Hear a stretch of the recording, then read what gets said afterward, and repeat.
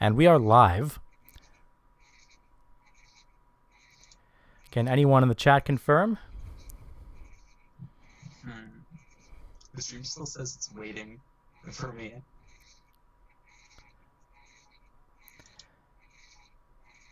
Did you put a delay on the stream? No, I did not. I've got 2 viewers, it says. Huh. Does YouTube just have an initial delay? Maybe. Oh, Burn1 says live, so Kit's here.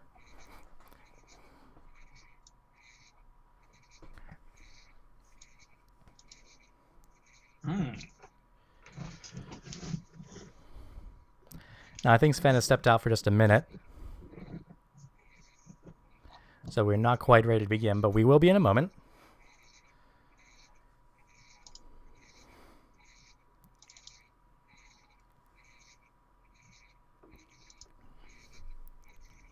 Oh, okay, yeah, we are live. Okay, cool. Excellent. Can chat confirm that we can both hear Ryan and myself?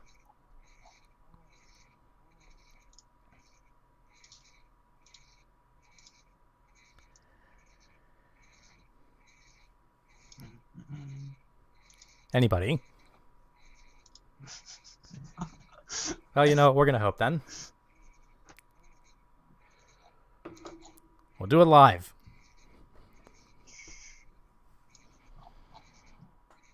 Ryan is a little low, Kit says. Okay. Let me see if I can't adjust him quick.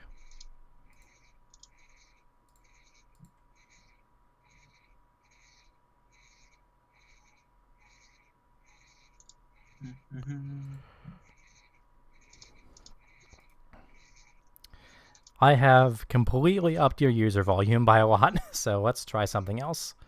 Okay, chat test. Can everyone hear me perfectly fine? Okay, now I've upped your source volume in OBS, so that should be a little better. Is it better now? Chat, let us know if it's better, please. That's better. Okay, cool. Thank you, Kit. Okay. Do you want to do the introduction? Great. While we wait for Sven? Yeah, while we wait for Sven, let's get the introduction done. For those of you just joining us, we are just about to introduce round 2 of the elimination bracket here for the Weiss Schwarz Invitational online match. So here we go. Welcome back, players. I'm Jack with 36 Cancel, joined by Coco right behind me on the bed, and Ryan Wibberley from Strictly Broken for the commentary for round 2 of the elimination bracket for the Weiss Schwarz online invitationals. On one side of the table, we have Sven piloting a classic Last Shot Zeka and SAO build, and on the other, we have Carmen playing the ever-present Sunshine deck featuring Chica and Yo. The player who loses this best 2 out of 3 will be eliminated from the tournament, so the stakes are high. This tournament is an open deck list format, so both players' deck lists are in the description should you want to take a look at them during the match. And once Sven gets back here, I think he stepped out for a bit, but he'll be back momentarily. We will start the match. So why don't we just get right into the commentary? I've got my thoughts on the matchup, but I want to start by asking my co-host Ryan here what exactly he thinks of SAO versus Sunshine. I'm not a Sunshine player. I've never particularly played this matchup before myself. I've played Book Bar SAO a little bit, and going off of that experience, I have a feeling that the matchup's actually favored for Sunshine. Really? Because I came in thinking the opposite. Now, we should mention that Ryan is a Worlds-class player, has attended Worlds, has topped in many regional tournaments. I have not. So why don't we defer to the expert on this? Tell us about your thoughts. Actually, the players are ready to go. Do you want to tell them that they're good to start so we get this on the way? And then we'll talk about it? Sure.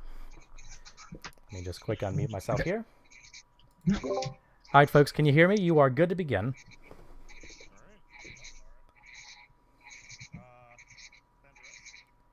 Okay. Looks like they're getting started. Carmen's going second in this matchup. So yeah, while we have some downtime, let's talk about the matchup.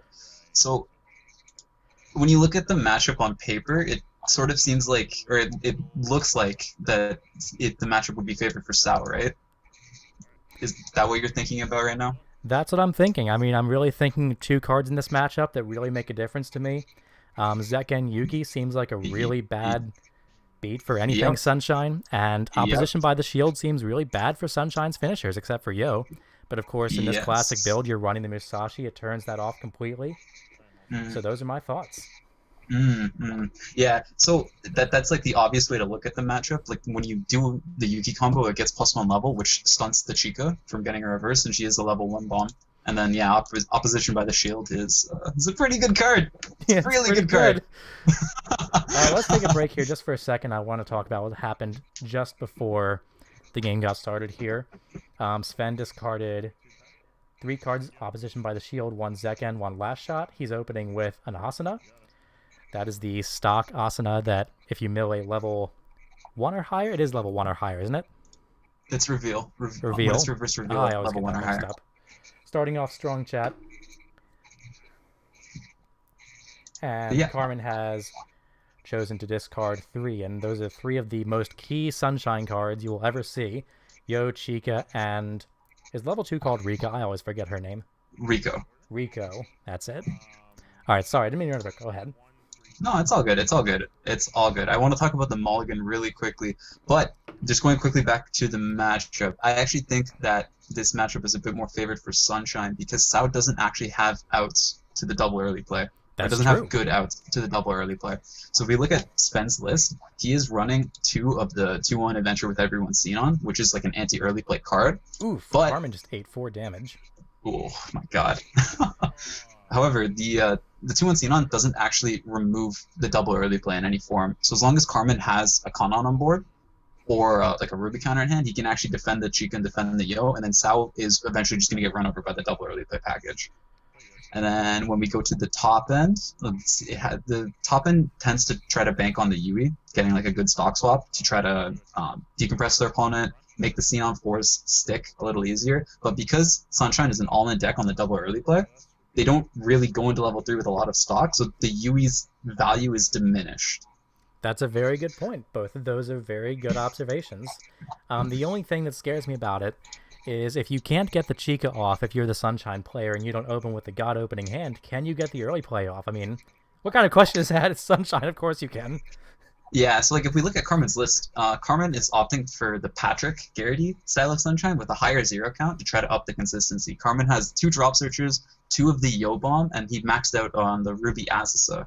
So he has a plethora of cards to actually grab and sculpt his hand into the double early play without trying to rely on the Chica.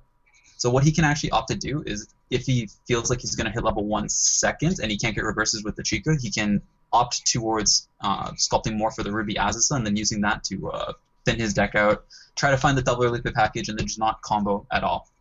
And that's a perfectly fine game plan to go for when you're against a deck that can't respond to the early play. Yep, absolutely. So it looks like Sven has fielded 4 out of 5 slots on his board. He's got a runner up front, 2 Leafas in back, and a Brainstormer in the front. Oh, Carmen has milled a Climax with his runner. Oh, That's this kind of game's rough. not looking too hot. So, Book Bar SAO was actually my first, serious business deck. That was back way in the day, back when Zekken was actually new. And that's my experience with it. So now in this current metagame, maybe you'll be in this position to answer this question a little more than I would. What does Sven's board tell us about what's going on in his head right now?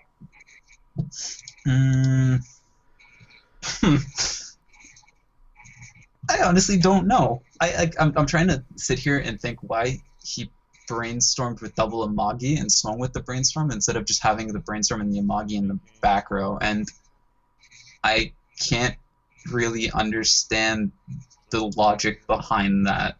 It just doesn't make sense to me. He's not really playing around Chica combo by doing this board setup because the power doesn't matter. Keeping the brainstorm alive for the next turn might be something of value, because then he can have a mill without needing a climax. You just have a brainstorm if he needs to bank on it to try to maybe get like another Yuki. But I'm not sure. I'm honestly not sure what's going on in Sven's head right now. Well, I'll tell you what's going on Carmen's side of the board. While we were prattling away, he hit level 1. He's got a level 1 Ruby on the field already, leveled with red like a good advised Sunshine player would. And he revealed one of the stock souls on the top check 4. And unfortunately, I missed what he took. But I'm pretty sure it was a good card. I'm pretty sure he grabbed the Chica level 1 combo, actually. So I think Carmen is actually following the line of thought that I was just talking about, where instead of like trying to maul and sculpt towards the Chica combo, he was thinking of playing more towards the Ruby Azusa. Looks that way. Little strange, he did hit level 1 first, but he didn't have any time at all to really set up. It's true, and he took 4 damage at the opening of the game, and now has revealed a total of 3 climaxes on these Ruby Mills. That's not great for him. It's okay. It's actually okay for Sunshine to quote-unquote eat damage, and like because of the raw power of the double early play, Sunshine doesn't really care about hitting level 2 on first deck or just hitting level 2 in general. Speaking of that, the Yo goes into the stock with a stock soul. Yep, standard play. Stocking the Yo there must mean that he has at least 1 Rico and a Chica in his hand, and then he opts to salvage the second Rico. So by stocking the Yo, what he's essentially telling his opponent is that when he gets to the double early play board next turn, or assuming he gets to double early play board, he is going to have the full setup with the Rico in the back row. And then by stocking the Yo, he pays 1 stock for the Rico, and then he pays 3 for the Chico, which guarantees that he pays out the Yo from the stock soul, and he gets the Yo on board no matter what. Yep. That's your 3 stock trick with Sunshine. Yep, that is the standard for Sunshine. Sven untapping at level 1, clocking blue here, so he's got access to his full color palette. So how does he respond to this if he thinks the double early play is going to come down? Does he just go for the Zekken anyway? Because at this point, Sven has 2 Leafas on board. He could choose to just go in, mill. Oof, that's a little rough, being he just lost his Brainstormer too. No, I think that's actually okay. If he has Yuki set up, he can actually just opt to trigger it and then pay it out with the Yuki next turn, but he doesn't look like he has a Yuki. Oh, no. Yeah. Alright. Attacking with the Brainstorm might have been an int. Yeah. Oh, no. This is really bad. He did maul a Yuki. Is he going for an empty board then? Is he going to make Carmen swing into just slots? Potentially, but I don't think that's actually good for the SAO player, because you're just giving Sunshine free reign on the board, and Sunshine with free reign on the board has free reign on the game, and they're more than likely, or they're pretty favored to actually just run away with the game at that point. I don't know. Oh, Slams there comes Phantom Bullet. Book.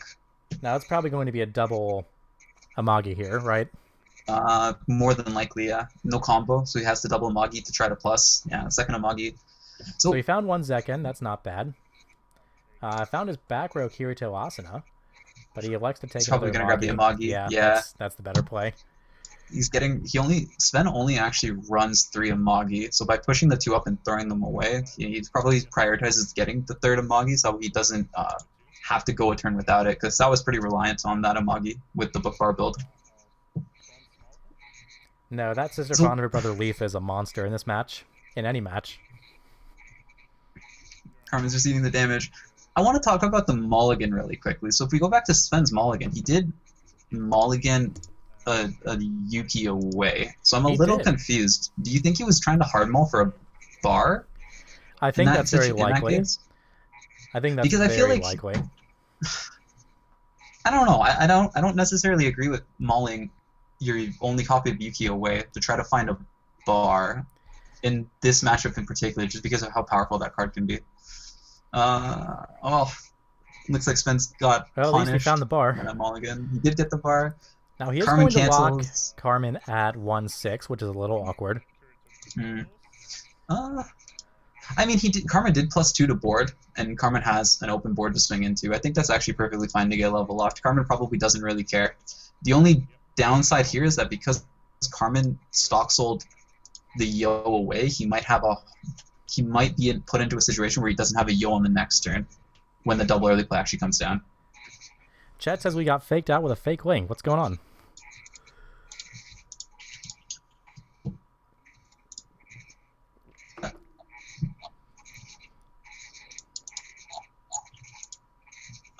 I don't know. Okay, the actual link has been posted all around. Okay. We'll see if that goes anywhere. Right now, let's see. So Carmen's probably not going to clock here. It depends on what's in his hand. Yeah, he's opting not to clock because he has a brainstorm. So the only reason to clock in that situation was if he didn't have any ways to mill out his deck, I would feel. But because he has the brainstorm, he has the ways. He has a way to actually mill out the deck. Yep, there comes another ruby. There's a wrong link making the rounds on Discord. Did I post the wrong link? Whoops. Okay, it got reposted. Alright, that's good enough. I mean, I'm sure. Instead of going onto the scheduled one. That's strange. I was pretty sure I did, but maybe I didn't. This is actually my first time streaming, so... Hiccups are expected. It's okay. That could be very well the case. I have been known to be quite incompetent. So Carmen hit the brainstorm. He grabbed the Ruby Azusa to essentially mill his deck out, get a good refresh. On the Azusa, he grabbed the 0/0 Con, which signals to Sven that next turn Carmen is going to have the Exodia God board. That's pretty scary. I'd be a little scared if I was Sven right now. I'd be scared even if he didn't have the God board. Sven is not in a good position here. If Sven stays at level 1, he might be in a perfectly fine spot. How likely do you think that scenario is? I haven't really. I've been focusing on the matchup a bit too much. I haven't been keeping track of his climaxes that much. I feel like Sven has at least one in his deck right now, and Carmen milled down to 3 cards, which signals that he doesn't have a climax that he's going to slam this turn. So Carmen's only going to be swinging 2/2/2. If Sven has 1 cancel, Sven's going to go to 1/6-ish, 1/5, 1/6-ish, depending on triggers. So I think Sven would be in a fine spot. And then next turn he could respond with the Yuki and try to sculpt into grabbing the 2 Unxenons to at least contest the board against the double early play. Yeah, I think that's about all he can do at this point. Chad is asking for Cocoa's thoughts on the matchup, Jack. Let me check. Yeah, so no climax from Carmen. He's just opting to swing 2/2/2. I think this is perfectly fine. He's gonna hit second deck with good compression. There was the 1 cancel that seemed likely in Sven's deck. Oh, there was 2. Oh, even better. Good player. So Sven's going in. Coco's thoughts are that she wants wet food. Wet food.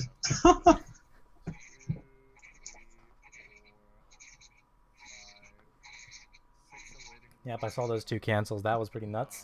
That is good. No, I think that was like a perfect turn for Sven. He's refreshing with 6. He has at least one Yuki set up in his hand.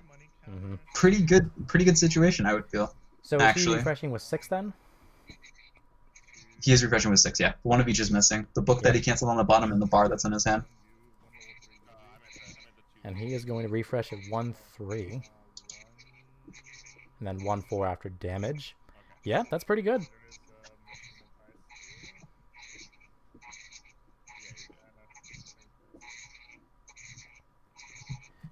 Carmen should be refreshing all 8 as Sunshine.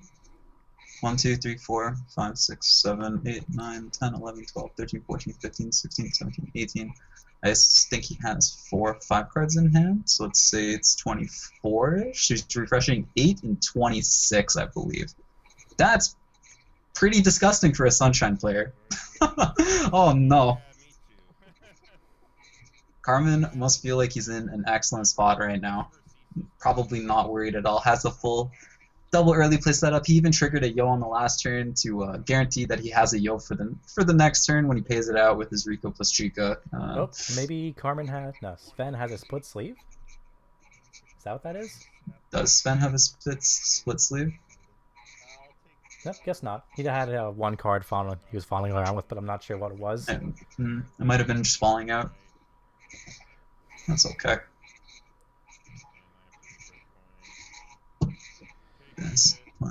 Cool at Best Trapper. I'm sorry if I'm pronouncing that wrong, but there's an open deck list format, so there are no surprises. You get what you get.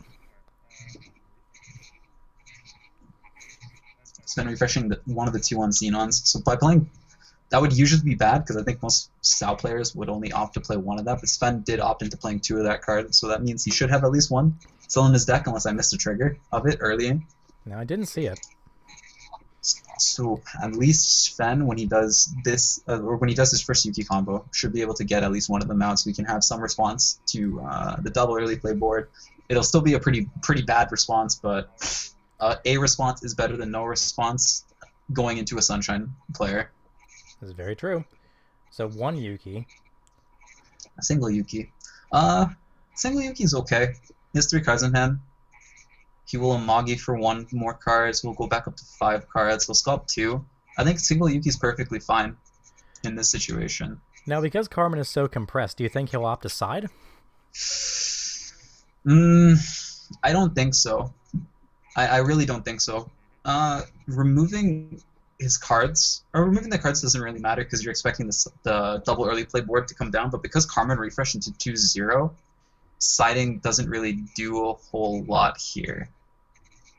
Like, unless Sven really values just sticking some damage, then he would side, but I don't think sticking some damage is good enough against Sunshine when they refresh that compressed. I think you just have to try to push them and go for the friends. Taking another Amagi. I think that's reasonable. The rest of the options there were kind of bad.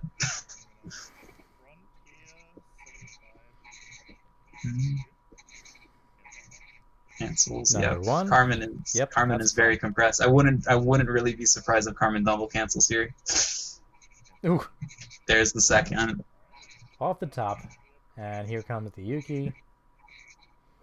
What is he going to pitch here?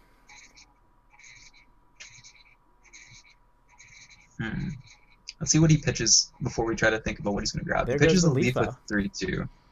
Seems reasonable. So what I Yeah. think he should grab here is I think he should be grabbing the 2-1 Xenon and then probably an Asuna Brainstorm.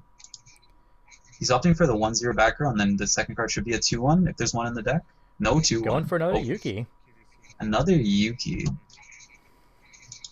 Huh. I Do you mean, think this means he has a 2-1 in his hand already? very possible. Or he's just looking to compress his way into a win. Maybe. He could just try to ignore the double early play and just try to do another Yuki combo next turn and try to cancel out all the damage that Sunshine's pushing in. I mean, if you're I'm not the a fan. SAO player in this matchup and you don't have an answer to the double early play, I mean, canceling is a pretty good answer. I'm not really a fan of that type of game plan going into Sunshine because Sunshine's a scary deck with resources. I don't like giving Sunshine any resources to work with at all. Can you deny Carmen them? At least by trying to answer them with the Xenon, it forces the Sunshine player to have Conons or like have another setup turn. We know Carmen does have a Conon, but by forcing the Conon out this turn, he can try to loop the 2-1 Xenon in the next turn and then try to kill the Yo again. And that's still better than nothing in my eyes. Because it's forcing Carmen to make plays that don't actually play towards sculpting for his potential endgame. It's forcing Carmen to sculpt for the current situation. Well, speaking of the current situation, Carmen has the Rico in clock, so we're pretty much Expected. just waiting Well, at this point. Yeah, Carmen's thinking about something. I don't know what he's thinking about. Just drop the Rico, play the double early play, push I your mean, Carmen, brainstorm your up, deck drop is the literally Conon. called Brain Dead something or other. Oh, wait a minute. Playing a Yo bomb. No. Okay, there's the Chica. Makes sense. Yep. There we go. There's the extra one. Here's the Oh, Yo. he's playing. He doesn't have the Rico. Oh, okay. He's gonna pay 2 and okay. salvage the Rico here. Interesting. There. Okay. Yep.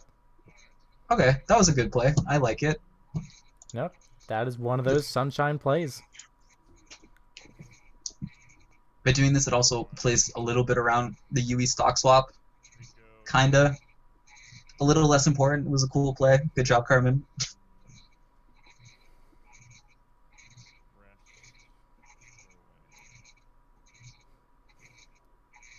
And this is where we see the level 3.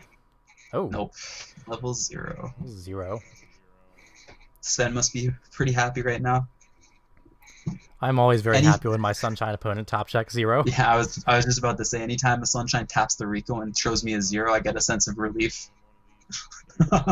Does he brainstorm this Yep. away? I'm sorry? Does he brainstorm the level 0 away? I don't think so. There's no real reason to brainstorm here. Like, what I think he should actually just do is crash in the Hanamaru and then just go for a blind Yo. Like, brainstorming here is needlessly touching the deck and needlessly throwing resources away for no real gain. So I'm not particularly a fan of that line of play. Opting to go with the Chica. Sven with the cancel. Okay, blind Yo. Good players only? No good players. Alright, unlucky Carmen. Maybe next round. Sven is going to level 2. Levels with the Queen Cup. And just a singular damage coming through. Yep. Oh, there's a Yuki. Did not reverse the level 1 Kirito. Obviously, he doesn't want to give Sven any chance. Unlucky Carmen. Yeah, that turn, or how that turn played out was, I wouldn't say it necessarily swung the tempo back in Sven's favor, but it basically has.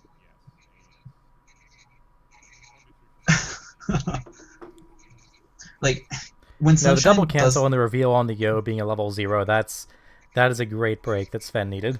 yeah, like, Sunshine is banking on pushing damage efficiently as much as possible. And when you deny Sunshine their damage by the, or like when Sunshine denies themselves the damage by flipping zeros or just like canceling because you're SAO and you're compressed because of Yuki combo, not really a good thing. So is Sven looking for a second bar here? Probably. Didn't see what he added. Discarding A book. Ooh. I mean, if he added a bar, that means he double-checked a climax with that Asuna and Kazuto, which is pretty bad, but he does have the Amagi. And he's got at least one Yuki in his hand, we know. I mean, he can also crash the Kirito for an extra mill 3, so I don't think Sven should be worried about milling out this turn. I think he has enough. His deck looks small enough where I think he has enough tools to actually mill out here. But by not picking up the climax, that does mean he should have a climax in his hand already, which Right. hopefully it's a bar. Hopefully. Yep. Drops a Yuki. He should slam a there's bar the here. Yuki.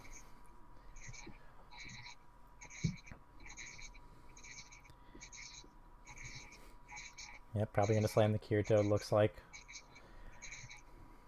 There it is. Yep. Going Standard for the Amagi. SAO. It's very standard SAO play here. Opting to Amagi 4 probably means he is going to try to mill out this turn and refresh his deck. I think that's perfectly reasonable. Yep. Taking the drop search. Sugaha. So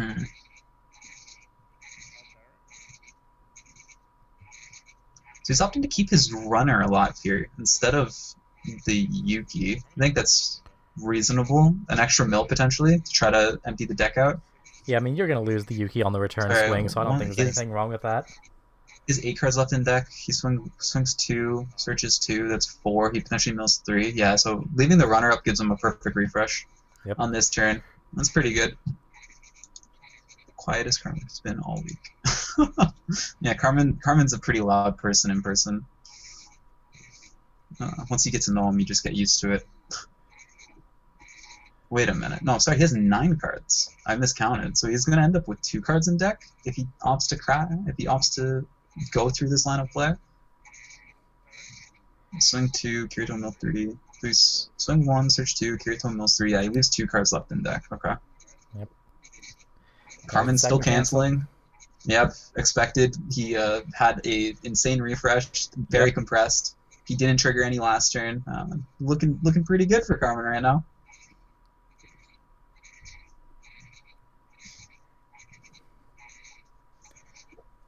Grabbing the Leafa back that he discarded earlier.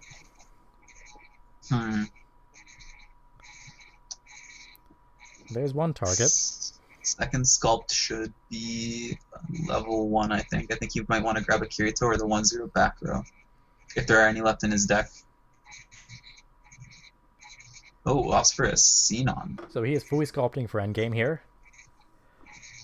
Interesting. Do you think that this means Sven thinks he's going to hit level 3 next turn? No, That's hard to say. I mean, I don't know why he would think that, being that he's probably going to have a pretty good refresh, but if Carmen lays down a second Yo here, that's still very possible.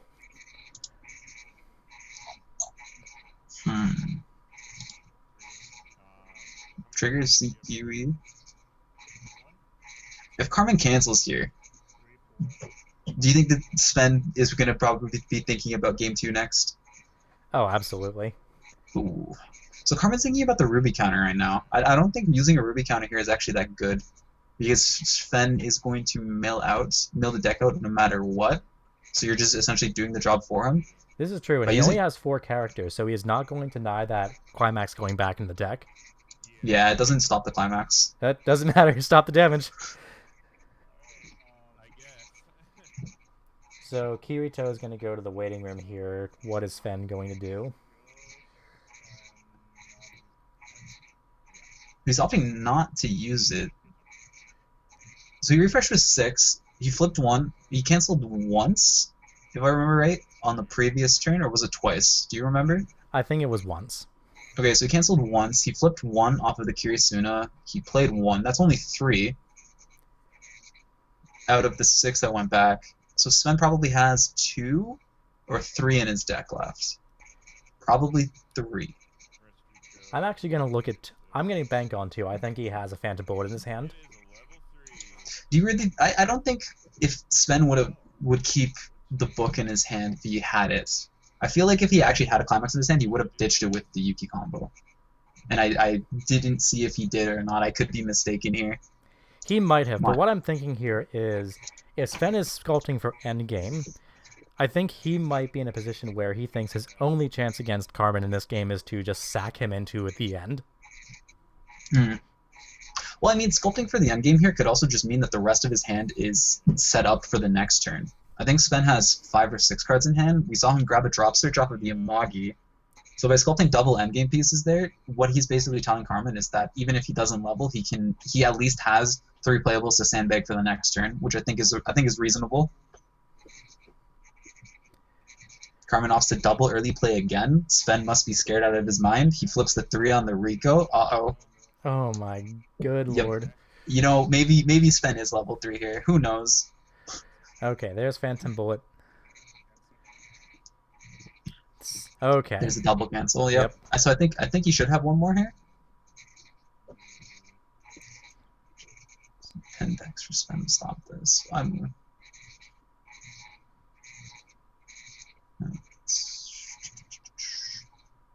for the Yo second. It is blind, so it doesn't technically matter. Triggers a gate on the Yo. That means Carmen is 7 out now? Yes. 7 out, yep. So Sven actually has an opportunity. Carmen's deck looks small, but it doesn't look that small. So Sven actually has an opportunity to push damage and potentially get Carmen to level 3 next turn. Must be good, or looking good for Sven. You were right, it was a double cancel. Okay, so let's watch carefully here. Okay, he has 4 Phantom Bullet out. It's 8 climaxes. Yeah.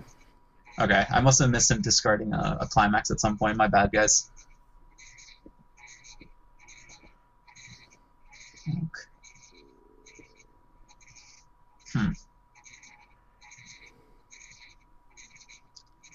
Carmen's deck does look thick.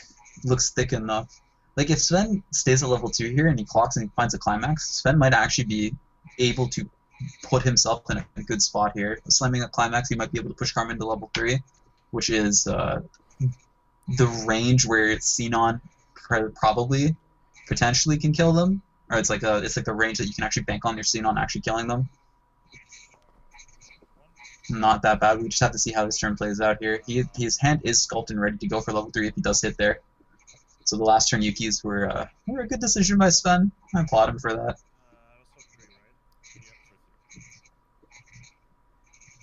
Ooh, that's Sven a cancels on 3. That is the EU cancel special in action. And here we go, swinging for 3 into the Kirito. And if Sven cancels this. 1, 2, and he eats it. 2-5, that's not the worst place to be. 2-5 is probably the best place to be here. I think Sven really wants to clock and get a climax. Carmen's fanning his deck out. It looks like it's 6 or 7 cards here. So getting a Climax's Prime. We know he only has 1 in there. You want to try to push as much damage as you can in order to set up the kill next turn. Let's see what Sven decides to do.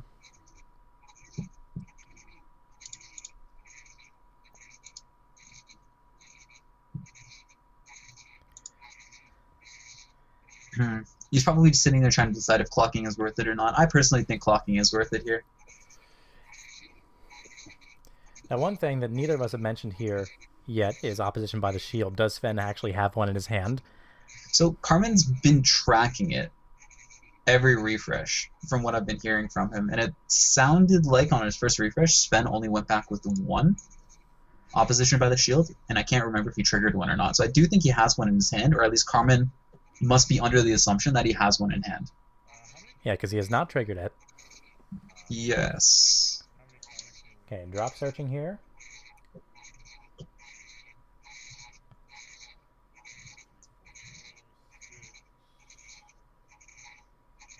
Okay. Going so to the top Sven, checker, looking for a climax. Is that what he's doing? Yeah, I was just going to say, Sven did opt to clock here to try to find a climax to punish Carmen. He obviously didn't find one, so he's drop searching for the 1-0 to try to find a climax and push damage, because Carmen is in a prime opportunity to eat at least 2 attacks, maybe 3, depending on triggers and deck orientation. Oh, puts it back. Let's see. Yep. There it comes back out. If you don't have a climax here, I think that is the right choice to do. He already has endgame set up. He doesn't really need to look for that, so I think finding the climax is priority. And he absolutely does not care what he swings with.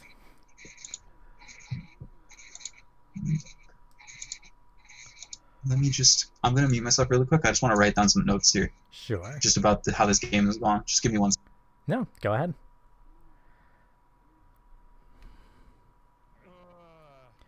While everyone is shuffling up, I want to say we have 62 concurrent views here. Up to 64 by my count, or at least what YouTube is telling me. Welcome to the stream, everyone. If you're just tuning in, this is Carmen versus Sven. Carmen is on Sunshine, Sven is on SAO. This is round 2 of the elimination bracket, so the person who loses this best 2 out of 3 will lose the tournament. They will be eliminated, so this is a high-stakes match. Currently, we've got a pretty interesting game state going on. Sven is 2-6. He has just clocked, looking for a climax probably. Played a top check 2 back row up on front, probably looking for a climax. And Carmen is sitting at a comfortable 2-2 with a double early play out and a Rico. However, he is pretty decompressed. Yep, here comes Phantom Bullet. You probably found that on the top checker. Opts to a Magi, stops at 1. Opts to do a second Amagi, finds a Bullet, a Kirito. Does he keep going here? I'm going to guess not. Nope, no, he takes the Kirito. That's good. So he did find the climax off of the 1-0. Looking good, opting the crowds. Yeah. Carmen has 1 cancel in his deck unless he's been systematically holding that climax. Carmen probably is going to go to 2-6 here. I think that's what Sven's banking on. 2-6, maybe 3-0. If he gets lucky with triggers. Well, there is a climax in his hand for next turn. Now, it should be noted that the level 2 Xenon is a climax switcher, so long as he has a climax and that Xenon in his hand, he should be fine for the Phantom Bullet combo. And Carmen did not have a climax in his deck. There is his shuffling level 3, the one of. Sven's inquiring about that. So Carmen is only refreshing 6 here. Is Carmen's first stock a climax? Do you remember? No, right? I did not think he triggered any climaxes. I think he's holding one. Why would you hold a climax here? Because it's the only place I can think of that it could be. Well, yeah, okay. Obviously, unless that one stock that we don't know is a climax, then it has to be in his hand. But like, why would Carmen opt to hold a climax here? He could have just discarded it with the Rico. It's a great question. Potentially he's holding it to try to withhold the information, so that way Sven didn't make the decision to go for the climax or try to punish him here. But maybe the trigger didn't play out in his favor. What is LLSS? Love Live Sunshine is LLSS.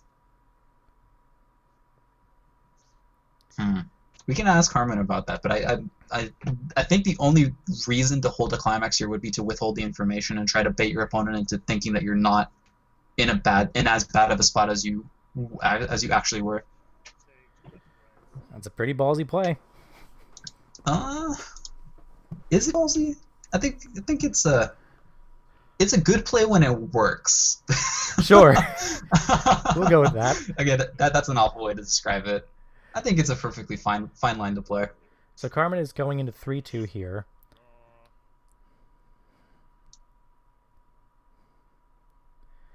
And Sven is at 2-6. Sven has a lot of stock to work with. He's got one climax in his hand. He's got a last shot. He's got a Leafa. He's pretty set up. Yeah, Sven must be feeling pretty confident in this position right now. He doesn't have a board, so money counter, or opposition of the shield, I guess we should say, isn't really going to be doing a whole lot. But Okay, because here comes the Ruby, going down to 3-1. because Carmen did refresh the blank on the name, the 3-2 Rico, the force refresher, Sven's probably thinking that he's in an okay situation. If Carmen had the force refresher, Sven probably would be dead. But I think Sven's looking pretty good right now. Tapping a Rico, this is going to decide whether Sven's... Oh! There is the Stock Soul. That's a lot to trigger when you're swinging into an empty board. I think Carmen might opt to get a drop search here. Either drop search or the Conon. I think he wants to move the climax off the top. Right. I don't think Carmen can afford to trigger that climax right now. Sven only triggered one, so Carmen's probably expecting Sven to have 2 or 3 in deck. So the swinging for a 5 is more than likely not going to be sticking here. Thinking about the Conon. Yep. Okay. Grab the Conon. Yeah. So I think what he's going to do is he's going to overplay the Ruby in the back with the Conon, and then overplay that Ruby or overplay that Conon with whatever playable he has in his hand. Yep, that Ruby has served more than its purpose. Yeah. Yep, play the Conon. He's going to overplay it with another Conon. So he's going to scry 1. So he overplayed a Conon with a Conon, so he should scry 3 here, I believe, because he's saving 1. He's opting to leave the second one on top.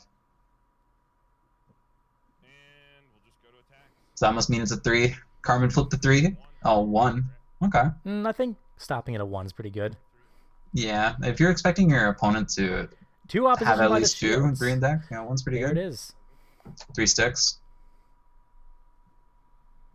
So Sven doesn't have a money counter in his hand, but Sven didn't have a board to threaten it anyways, so I don't think that's much of a tell, and Sven's probably going to be going all in next turn. Sven eats 3. Oh no, EU cancels. Chat, send your energy. 1, 2. Oh! 3 cancels on 3. EU cancels. EU cancels are too strong. Okay. Now, Carmen did just send 1 climax to the bottom, but he did not trigger anything else. No, Carmen refresh was 6. He didn't trigger any, so unless he's holding another one in his hand, he has 5 in deck that he can be banking on cancels for. So his deck doesn't look that big. Carmen should be feeling okay here and going into a last shot situation. It should, and that Chica should be within Leafa range, shouldn't it? I'm sorry, the which? The Chica? To get clock kicked. Oh, no, because the Yo's pump her power, so that Chica should be 14, I believe. Yo should give that's 2K, right. It's the other right? way around. See, it's been too long. Quarantine has made me completely forget some of these cards, unfortunately. Yeah, Yo gives the Chica 2K each, so the Chica's sitting at 14. Right, the Yo doesn't buff the Chica buffs the Yo. Yeah, the Yos are only sitting at 11-5, so I think if Sven is going for a clock kick, he would try to clock kick the Yos here, if anything. But he actually does know that Carmen has the Ruby counter in his hand. Carmen threatened that earlier, and we haven't seen that card leave his hand here, so I don't think Sven can actually bank on the clock kick here. I think he's going to have to try to bank on last shots. Let's see, he has 6 stock. That is enough for 2 last shots, but it is not enough for 2 last shots and a climax switch.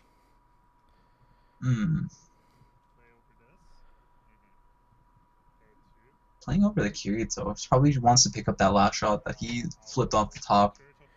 Yep, there's the last shot. Ditch one. He's probably gonna ditch the bar in his hand. Ditches the bar. Yep. And then he's doing do the leave a clock kick. Let's see what he refreshes.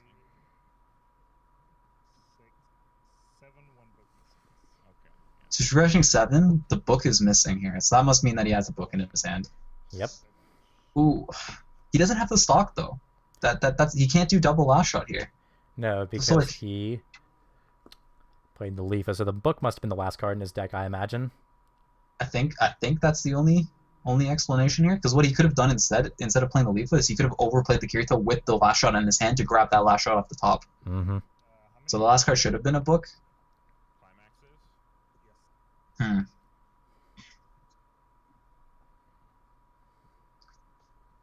up the mechanical plates. Buffing the Yo would be super busted. Yes, Ian. As much as I'd love to watch more, I gotta go, says John Johnson. Well, John Johnson, thank you for stopping by. We always appreciate viewership. It's a shame you have to go. It's an exciting match. How big can Sven make that Leafa? That Leafa will sit at 11k with the full field, 12k with the climax. I don't think he can beat 14.5, right? 12k with a climax. Now, if Sven can pull a Brainstormer out of his hand somehow, he can buff it with the Amagi for 1k, and then Brainstorm is what, 500? That's almost the Brainstorm is a global 500. But the issue with that line of play is he doesn't have the stock to do that and field double last shots. And I think fielding the 2 last shots is more important here. Because I think you want the 3 soul swings. Carmen's at 3-1, so 2-3 sticking is lethal. Double Muggy last turn. It's getting harder and harder for me to understand. Yes, it even denied his clock for this. He did spend a lot of stock in Mogging last turn. I'm not particularly sure about the Amagis either. It's weird. Like, double Amagi signifies to me that his hand wasn't in a good situation, or he wasn't expecting to be put to like this high of level 3. Yep, there's the double last shot.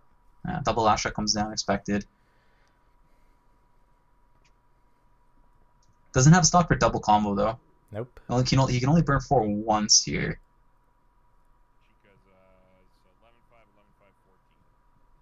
Counting power. 11, and you have to be 13-5 on the Yo because Carmen definitely has the 2-5 counter. Ruby counter is actually 3k. It's 3k in the mill. Yep. Yeah, that's what I was saying earlier. He has to beat 14-5 with the Leafa, and right. he can't configure a board that beats 14-5 or makes the Leafa 14-5 or higher.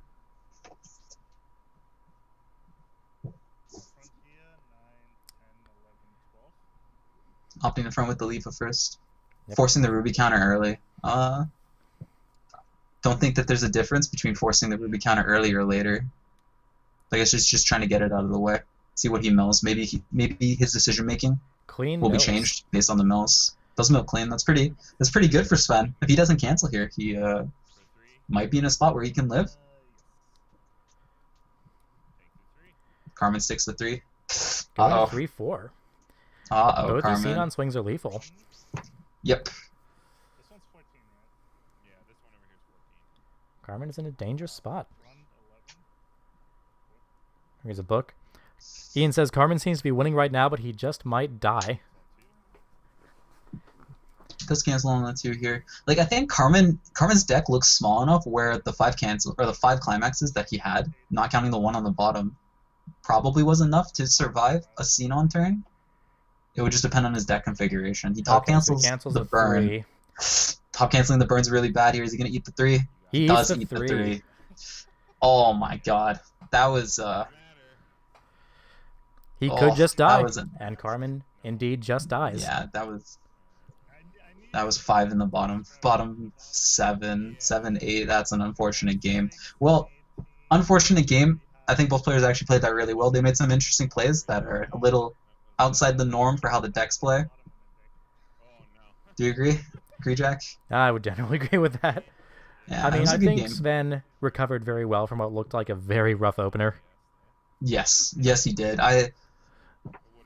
might be a little blunt to say, but like when we were in that situation, it almost felt like Sven had lost the game on the spot with how well Carmen was refreshing and just how Sven's game was going or was playing out going into the double early play turn. But he did turn it around. He made some very excellent plays. He did get clutch cancels with the Yuki compression. So all in all, it was a good game for Sven.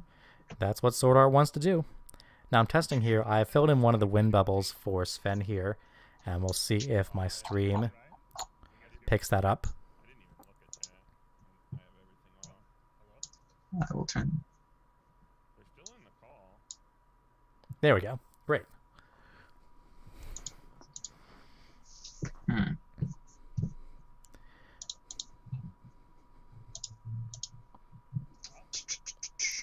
So Sven is in what the driver's adjustments? seat here. Oh, okay. You were like, Sorry, I was actually just going to say, what adjustments do you think Carmen's going to make going into game 2? Do you think there are any adjustments that he can make? I don't think Love Live Sunshine is a deck that makes adjustments. It's solitaire. I mean, that's very blunt to say. Obviously, there's a lot more subtlety to it than that, but I think we saw exactly what Sunshine wants to do in this matchup, whether it lost game 1 or not. I mean, you're definitely Everything correct. fine He's on not my going for end. the Chica plays against seconds. He's going for the Let me double just early quickly play. talk to Sven really quick, Jack. 1 sec, okay? Sure. Sorry, Sven, what's up? no, I was just making sure that everything's fine on my end because Carmen was cutting out for me and his camera froze. Carmen was cutting out. I didn't have any issues for me. Jack, did you have any issues with Carmen's camera? After the game, I didn't see any. After the it game. was frozen for like a minute. Hmm. So I just wanted to make sure that everything's fine. Yeah, everything's fine for us here. So it might just be something on your end. If it gets really bad, just shoot us a message again, and we can take a pause, okay? Oh, you know what? I filled in the wrong bubble. Chat is correct. It's oriented differently on my screen, unfortunately, so I did not account for that. So yeah, let's getting back to the point.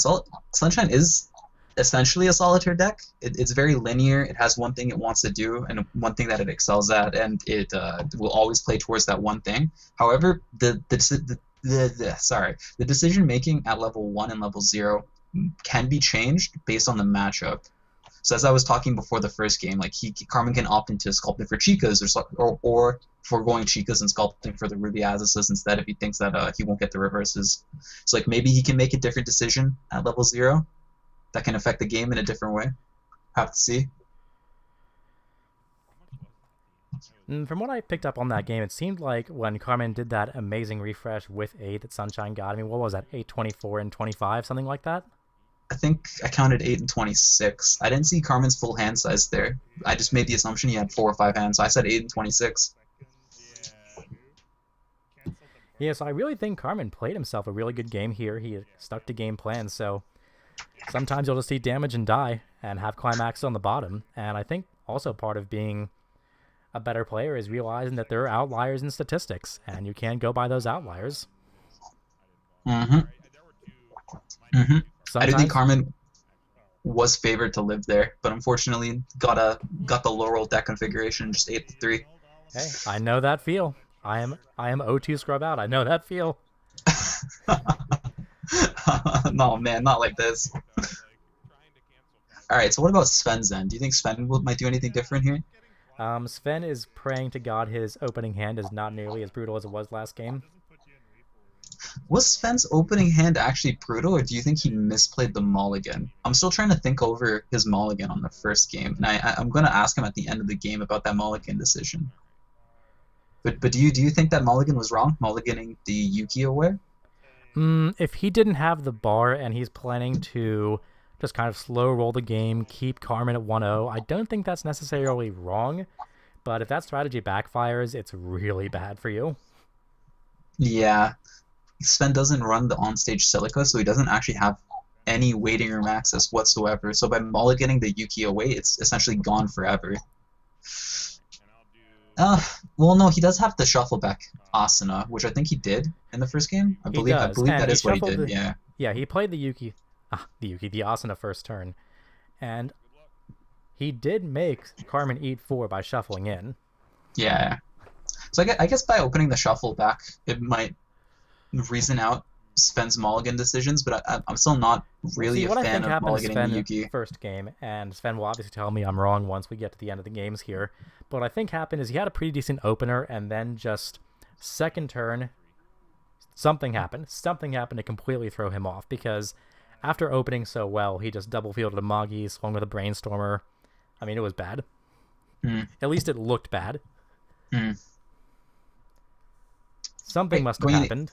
Yeah, we can ask Sven after. Going into game 2, Carmen seems like he's going first. He mulligans the God Hand as a Yo and a Rico. Sven is opting to mulligan 2. He's mulliganing a Brainstorm and an Amagi, it looks like. Is that an Amagi or a Swimsuit Sugaha? I can't see. That's an Amagi. That is an Amagi, so that must mean Sven has a perfect hand. Okay, so Sven has already improved his gameplay from first game. Let's look at Sven's list really quick. What could warrant that kind of mulligan? I think that kind of mulligan warrants a clean cut runner, shuffle back Asana, an Amagi, and then maybe some level 1 in his hand, or like a bar. If I was going to guess at Sven's hand, I would say shuffle Asana. Oh, clocks opposition by the shield. I would say shuffle Asana, clean cut, 1 Yuki, 1 bar, and probably an opposition by the shield. Judging by what he just clocked. Would you really hold opposition by the shield in your hand in the opener? I feel like you would mull that card. Well, he probably drew into it after he mulliganed. Oh yeah, maybe. So then the last card should be an Amagi. Like mulliganing an Amagi. Oh, looks like they're having technical issues. I think Carmen's camera has. Hey Sven, technical issues again. So yeah, so Carmen's not. Carmen's quality is dipping for us, but it's not cutting out. So the issue must be on your end. Are you having connection issues right now?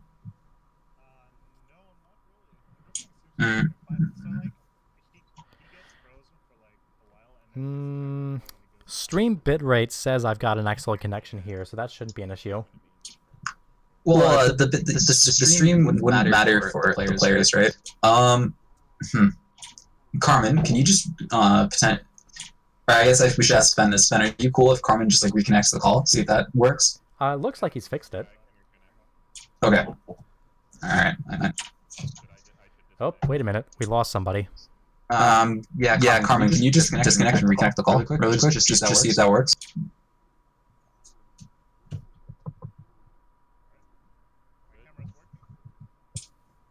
Camera's good, guys? Is it good for you, Sven?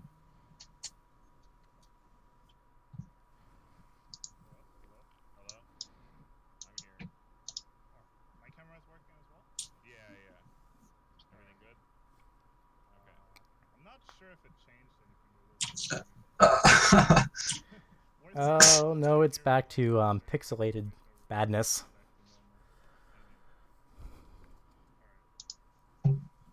Alright, well, let's just let them play this out. Yeah. See how it goes.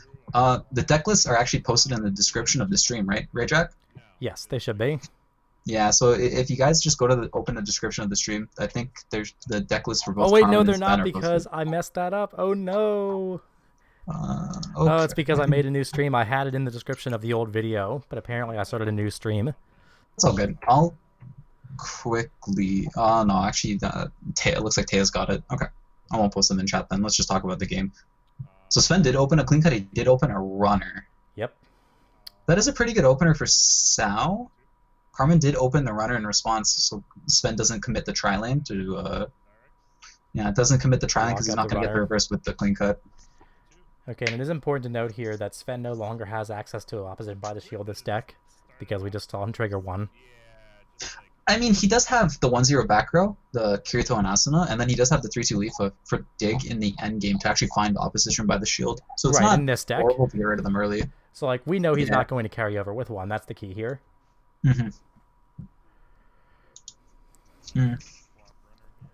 Carmen's opting to clock a 0. His hand must be stacked as well. So I think what Carmen wants to do here is I think he's actually going to want to tri-lane. Hopefully he has a Chica bomb, or the Yo bomb, sorry, in his hand. Anti-runner to deny the runner. Yep, looks good. Third card. Hopefully it's a Chica or the Yo bomb. Sorry, not Chica.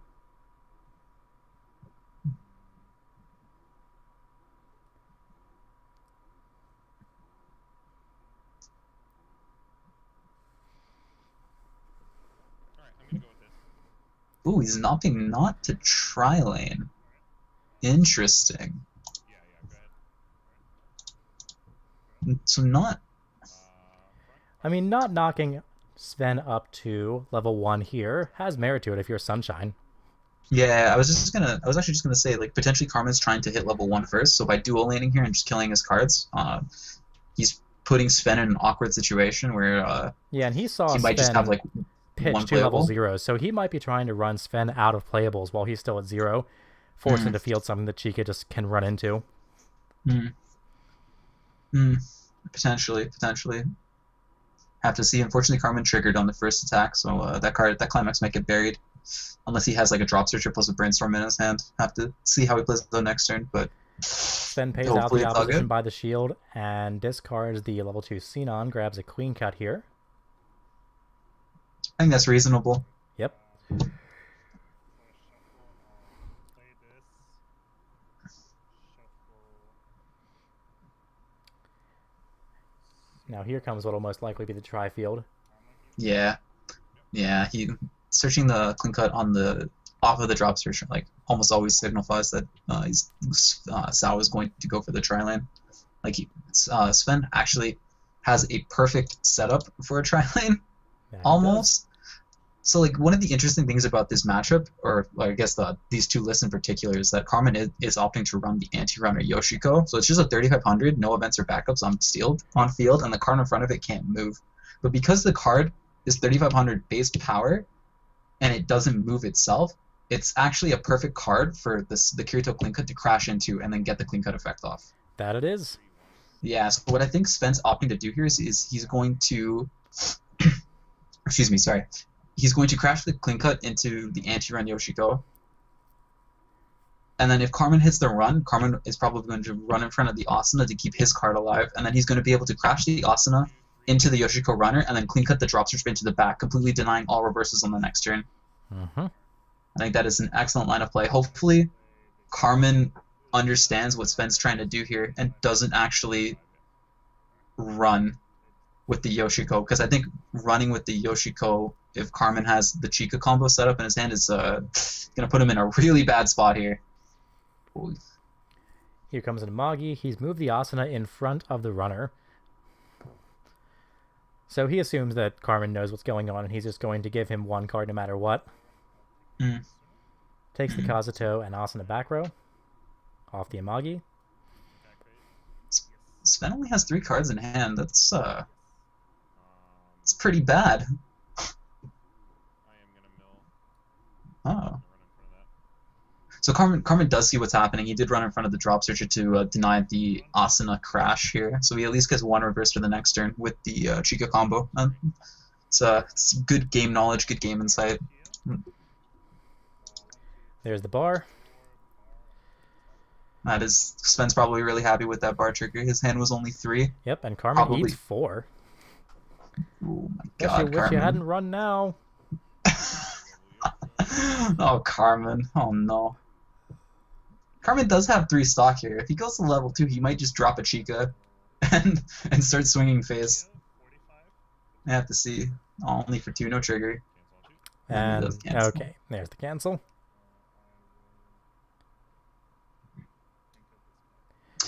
Yep. Oh, wait a minute. So since Sven actually played the book Climax, there, yeah. the clean cut didn't actually end up crashing. So Carmen does get 2 reverses instead of the 1 here.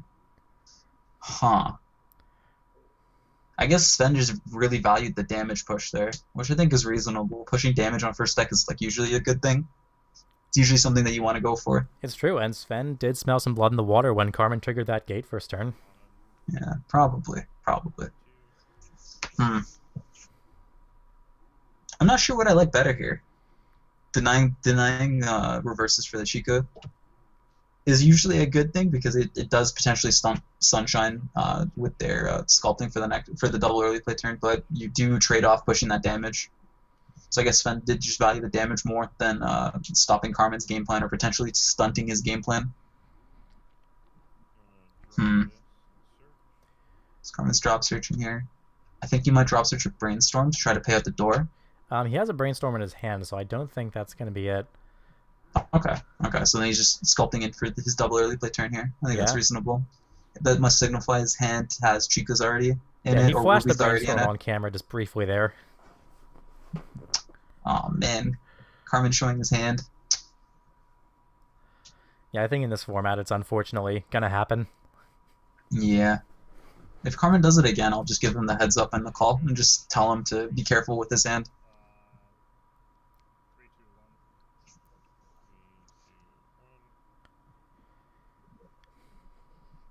1. Carmen's hands steady as a rock.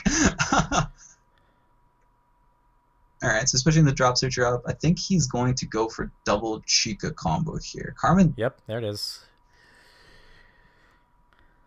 is Carmen not going to pay out the climax, or does he not care? Huh.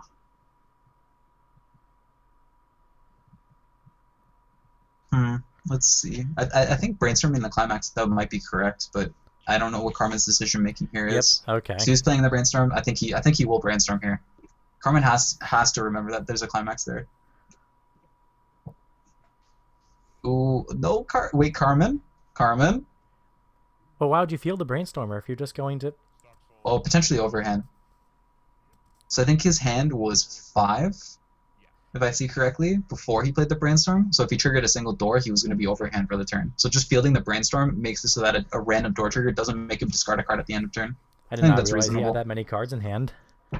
Oh, Sven sees 3 Yukis on that damage. Uh-oh.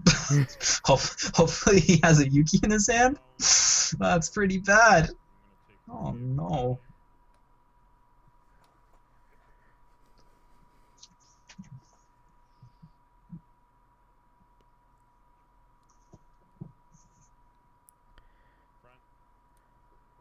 Coming in for 4. Hot damage. Hopefully Sven doesn't eat this as well. EU cancels, baby. No Oh, EU no. cancels today. So Sven has just taken 7 to the face. 2 of them were last shots, 3 of them were Yukis. That's bad beats. He's grabbing a Chica off with the combo instead of a double early play setup card. So that must mean he has the Exodia setup in his hand already. Coming in for another 4. Oh, Sven. Okay, cancels. Whew. I mean, you should expect a cancel on the third attack at least. He did eat 7 straight? 7. 7 straight, yeah. I mean, I know what to expect. It's just Weiss Force.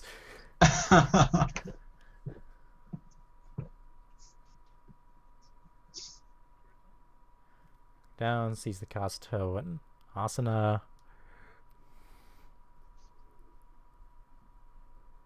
If Sven doesn't have a Yuki in his hand, he might be in a really bad situation here. So I think maybe he's trying to dig for the Yuki. So just ditch a bar. Hopefully he has the last Yuki in his deck in his hand. How many is that? 4, 5, 6, 7, 8, 9. 9? Yeah, it's a lot of cards. Let's just say that. It's a lot of cards. But Sven isn't out a lot of climaxes. So he might be okay with having a big deck size.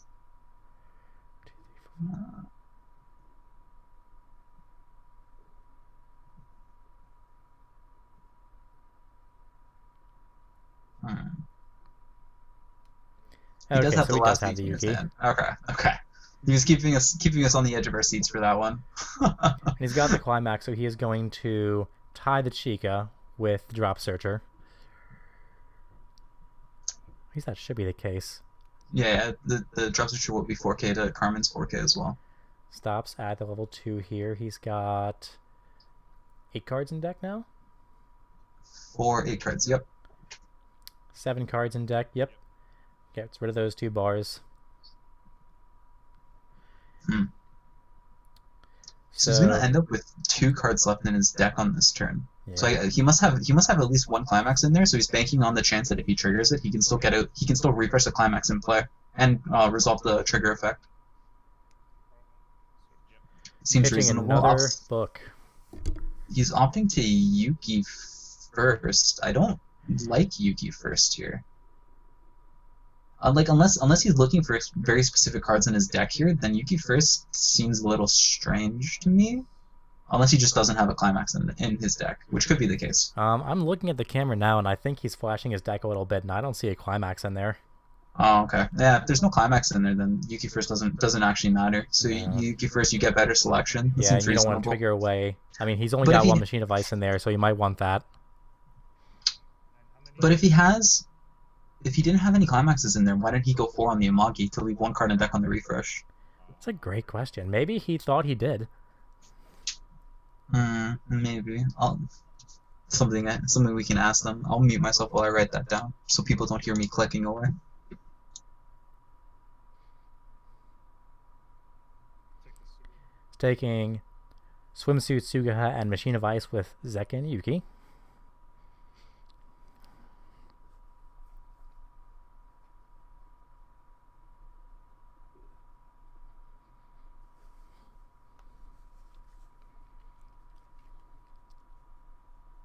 Alright, which one? Left, right. Yeah, you're good.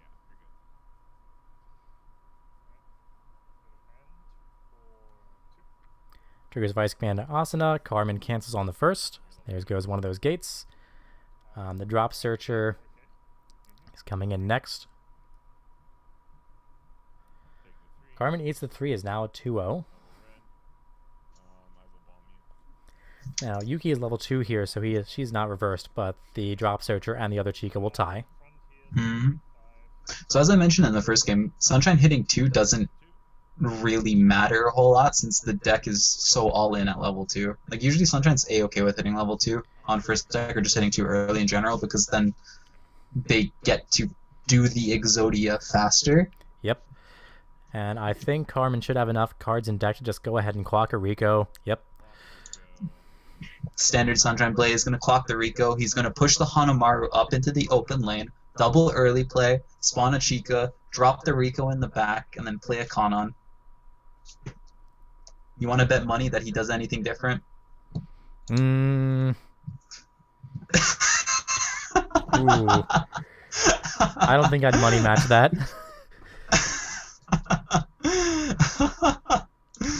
Yeah, as we said earlier, Sunshine's very linear once you get to this point in the game. So like saying what they're gonna do doesn't really like mean a whole lot because it's very like typical and very expected what they're going to be doing here.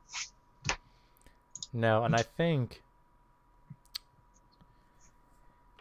Sven should bet have he a visible brainstorms. 8 here, so he knows that at least something is going to hit.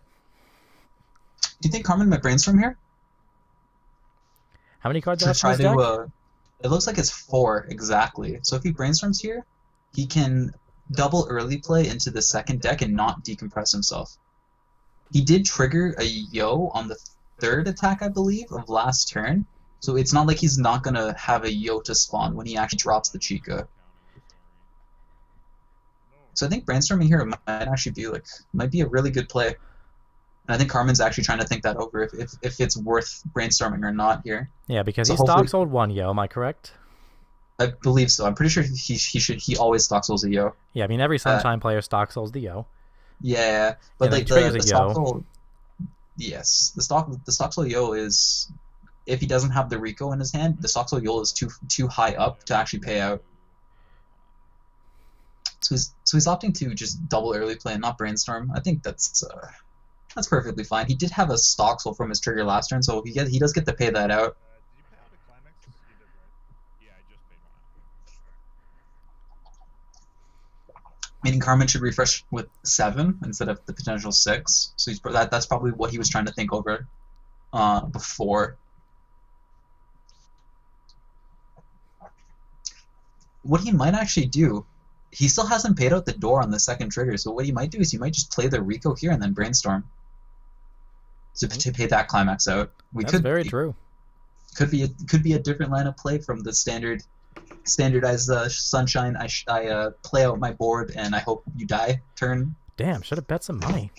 Oh my God! Wait, double. Roll this again. Okay. So he's just paying it out. Huh. So Carmen opted to not set up a Rico, instead he set it up a double Chica. Do you think that's an adaptation from last game? I He don't know doesn't if I'd need call the it an power. adaptation because the Rico did keep the Yos out of reach of Leafa in the endgame. Right. But at level 2, he doesn't need the power. True.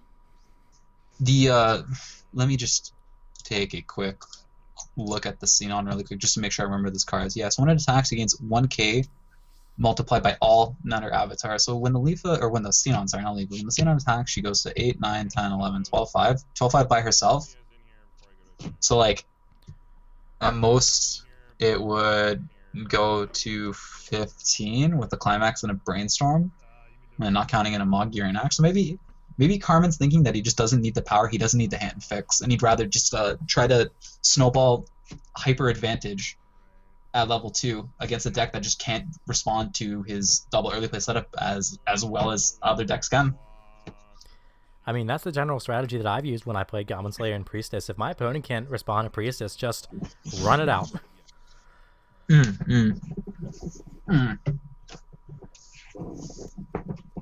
But in Goblin Slayer, would you run out the Priestesses like this if you were this close to refresh, or would you try to refresh your deck first and then run them out? Because I think that's the decision. I think that was the decision point that Carmen was trying to make when he was sitting there thinking for a little bit of time. It's going to depend. It's really going to depend whether I can reliably triple Priestess or not, because if I know I have Queen cards left, oh my god. Blind 3. Oh my god. Okay. Carmen's a good Sunshine player. I'm sorry. Continue the Goblin Slayer. So when I was playing against oh, I feel so guilty I can't remember his name. In round 2, the man who smacked me around round 2, playing red and yellow Goblin Slayer, there was a point where I was in that exact situation and I could have refreshed without playing 3 Priestesses instead of 2, but I opted to play the 3 because I knew I had 3 clean triggers, so I could activate Priestess 3 times instead of triggering something on the refresh. Not the person who's annoyed by long turns, trust me. If anything, it's my opponents. Yeah. It's 7 in here. Oh, okay. I'm sorry, Jack. I'm actually just quickly writing down this board situation to ask Carmen about this decision making at the end. So just keep talking while I type away. No, absolutely. I'm going to talk about how Sunshine triggers a level 3 every time, even when blind. I'm pretty sure Carmen knew that Sven was 8 out at this point. This is pretty much exactly what Carmen wants to see. Now Sven is going to cancel off the top. Never buy your fortune from me. I can't read palms.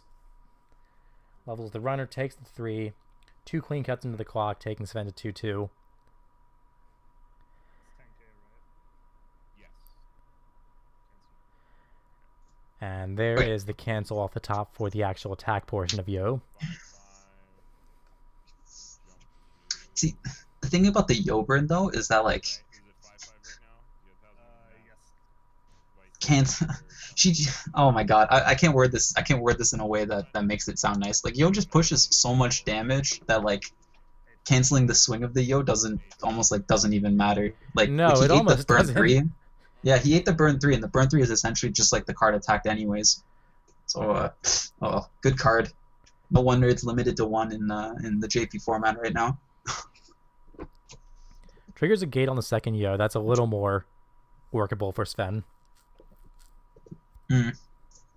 So hopefully Sven doesn't just go to level 3 here, which might be a possibility because double early plays are kind of scary. They are. And if Sven can just take another turn here, he's got all his Yukis back in his deck. And no burn to attack the 3. He can just try and compress. Yeah, 2, 2, 2. Sorry. Yeah. Goes Okay. to 2-4. He whiffs the burn, hits the door trigger. He grabs the Ruby Healer instead of a Rico 2-1. So that must mean he has a Rico 2-1 in his hand.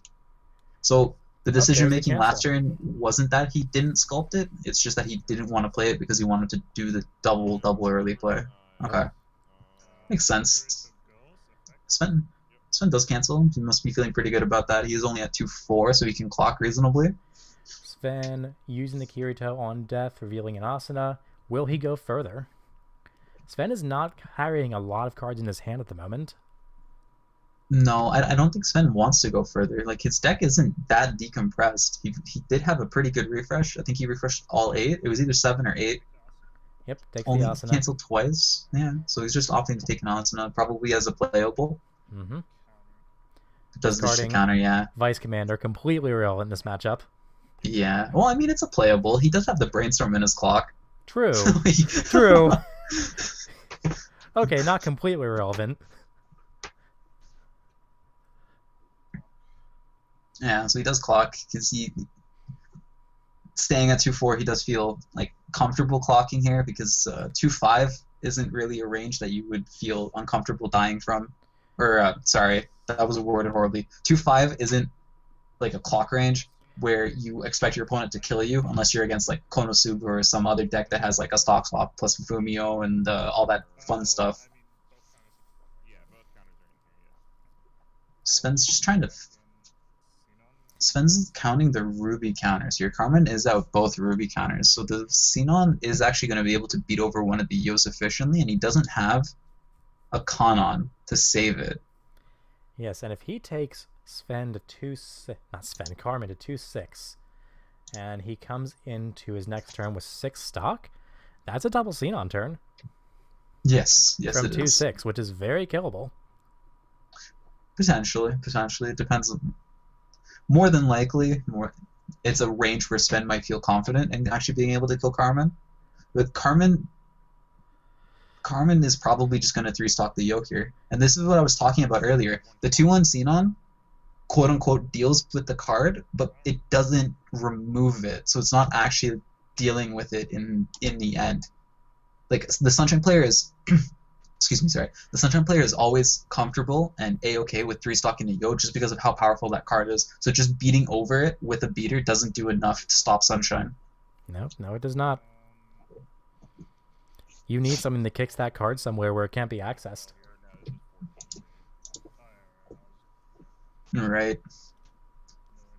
Carmen potentially might not pay 3, depending if he goes to like 3-1 or 3-2 on this turn.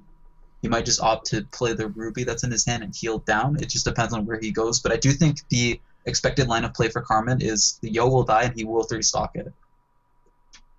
We have to just see how that goes. Now, how many cards are left in Carmen's deck here? Just one. One. Yeah, the Xenon does leave the body for the money counter, but it's a level 2. And the level 2 gives almost a prime side attack opportunity for the Yo where it doesn't even really matter. Right? Like you can side the Yo with your burn for 1, 2 if you play a climax or hit the soul trigger. So like it almost just doesn't even matter that it leaves a body. So he's Amagiing, he is showing a money counter, hitting the waiting room, he takes the Xenon. I don't like him Amagiing here. He doesn't have the stock for double Xenon next turn. No, and that's the same issue last game. He Amagied himself out of Xenon last game, too. Right. Do you think he potentially isn't counting his stock here, or do you think he might just be tunneling on the Amagi? Or, a third possibility, do you think he just doesn't have enough cards in hand to actually do the Xenon turn comfortably? I think it could be very well a card issue. I mean, both of his climaxes add cards to his hand, which is very helpful for him, especially running Xenon, but it's tough. I mean, he can clock next turn pretty comfortably if he's not dead, which he probably won't be.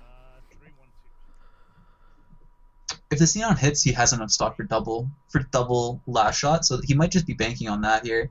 But not the Xenon, the Asuna. If the Asuna whiffs, though, Sven's not looking too hot, and it does whiff. And the Asuna does whiff. Yeah, that's risky. Oh, no. Oh, Sven. However, he will add a card to his hand here. That is the upside. Hopefully it wasn't a book on top, or a book underneath the book. Everyone knows it's always a bar underneath the book. Oh no! Another book. Yikes! That's 2. Oh, I no longer 3, like this. 4, 5. I think Sven is at least 5 out now. Yep. He might be more than 5, just depending. That's pretty scary. Carmen is not going to go to level 3 here, so he definitely 3-stocks the Yo. Yeah, 100% he 3-stocks the Yo. Okay. Oh my god. Okay. Huh? So he has the Chica. Huh. 1, 2. Okay. So he doesn't 3-stock the Yo here. What does this mean? This probably means he values getting the Rico out instead, because if he 3-stocks, he doesn't get the Rico out. So what he might do is he might just push the Chico up and then just slam a Rico and try to hand fix for the next turn. Think that's reasonable, but Sven did just double trigger here, so wouldn't you want the extra burns from Yo just to try to kill him? I would think. Oh my god. Okay, so he did Show push it the to Chico me. up. He is probably Oh, dropping yep, the there's Rico. Yeah. Okay. So he did just value getting the Rico out on board instead of keeping the Yo around for extra burns. I think that's a respectable line of play. I don't necessarily agree with it based on how Sven's turn just went, but it's reasonable. You can see why he did it. Gonna grab Ruby counter. So Hits does the one, Ruby brings back one. up. Yeah, the Egyptian God card. Press Rico,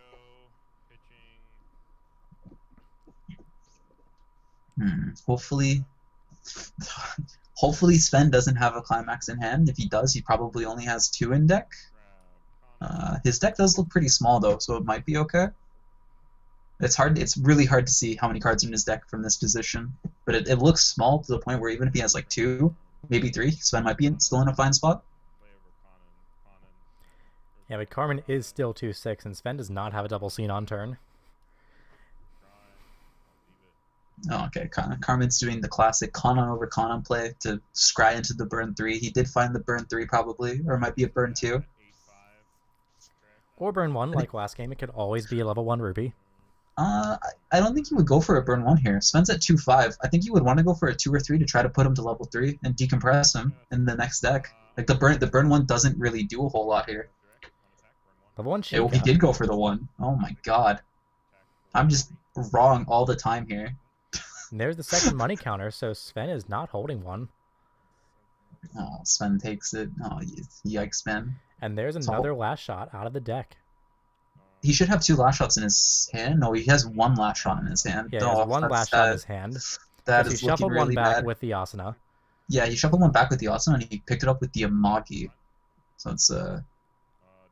looking really bad. Grab. Triggers a gate with the Chica.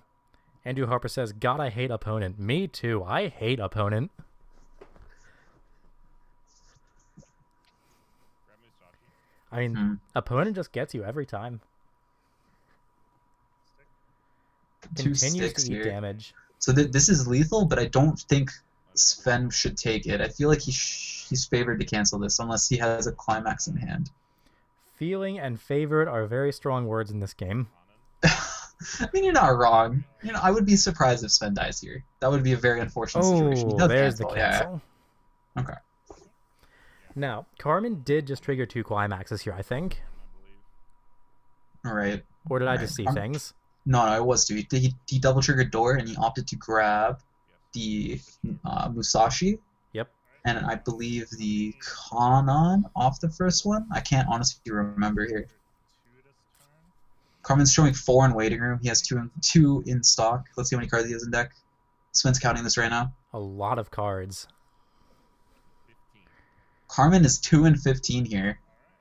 I bet Sven wishes he had 1 more stock for double last shot here, huh? I think he just sacked into the Phantom Bullet. I think that's Okay, just what let's happened. Let's see. If he clocks here, then it means he doesn't have Phantom Bullet. Because I do think this is final turns for Sven. I don't think he can bank on living another turn. He should go for the kill here. 2 and 15. 2 and 15 with burn 4s is it's looking pretty good to kill your opponent. Yeah. That Amagi though, I'm stuck on it. I mean, he did have the Asana, so I think he was banking on the Asana hitting to have double last shot set up, Oh man, right now. or potentially he just didn't have last shots in his hand, so he just wasn't even thinking about that potential at all. Well, it's hard to pay attention on webcam, to be fair. So he's opting to clock. I think that means he didn't have the book in Crashes his hand. Asana and hit this time.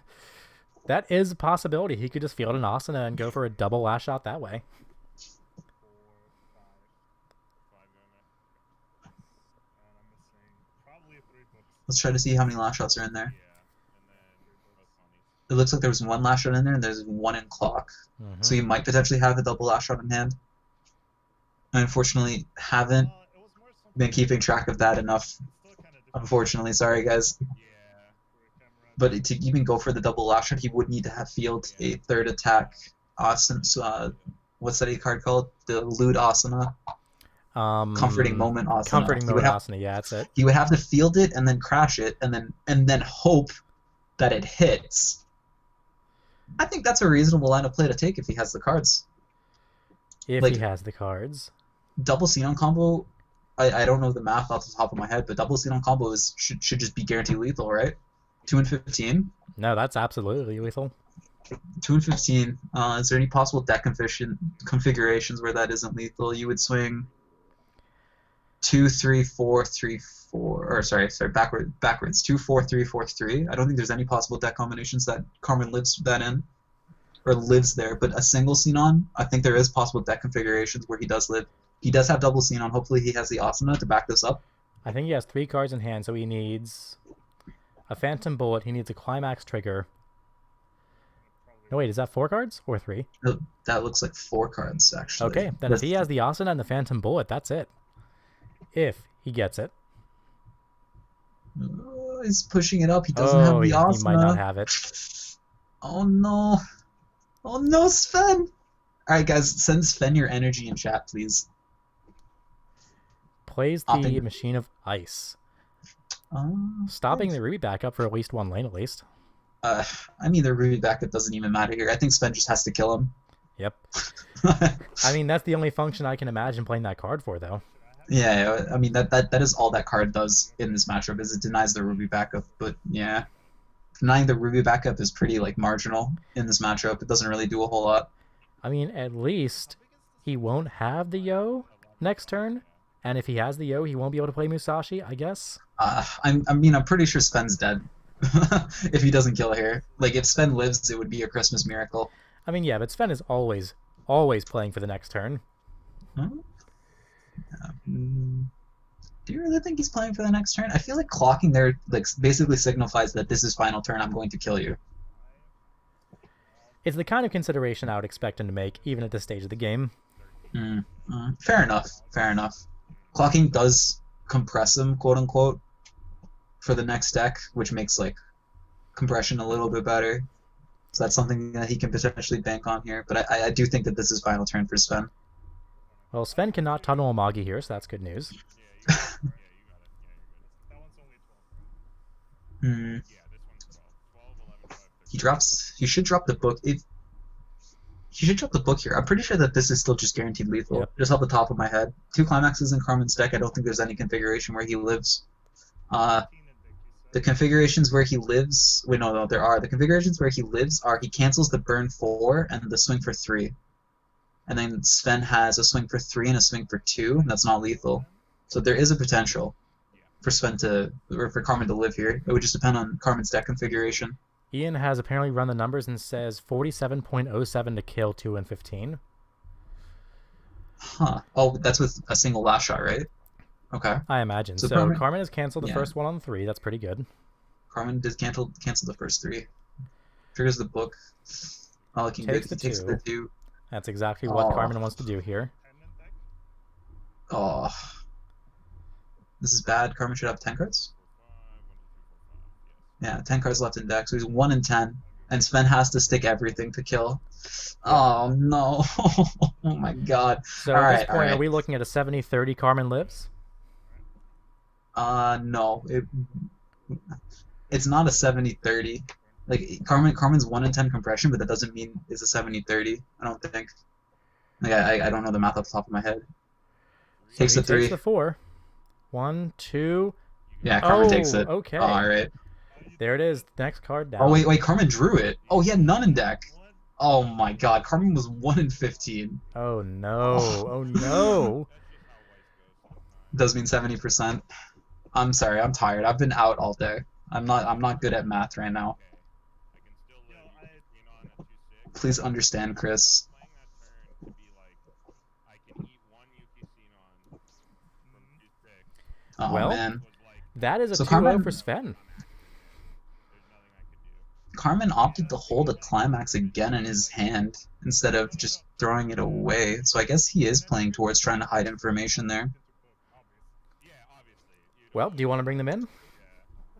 Yeah, sure. All right, let's close this Facebook call. Let's go back. Let's hop in Discord and let's talk to them. All right. Yep, let's do that. All right. It was like not ideal. Like that one turn where I was sitting there doing math.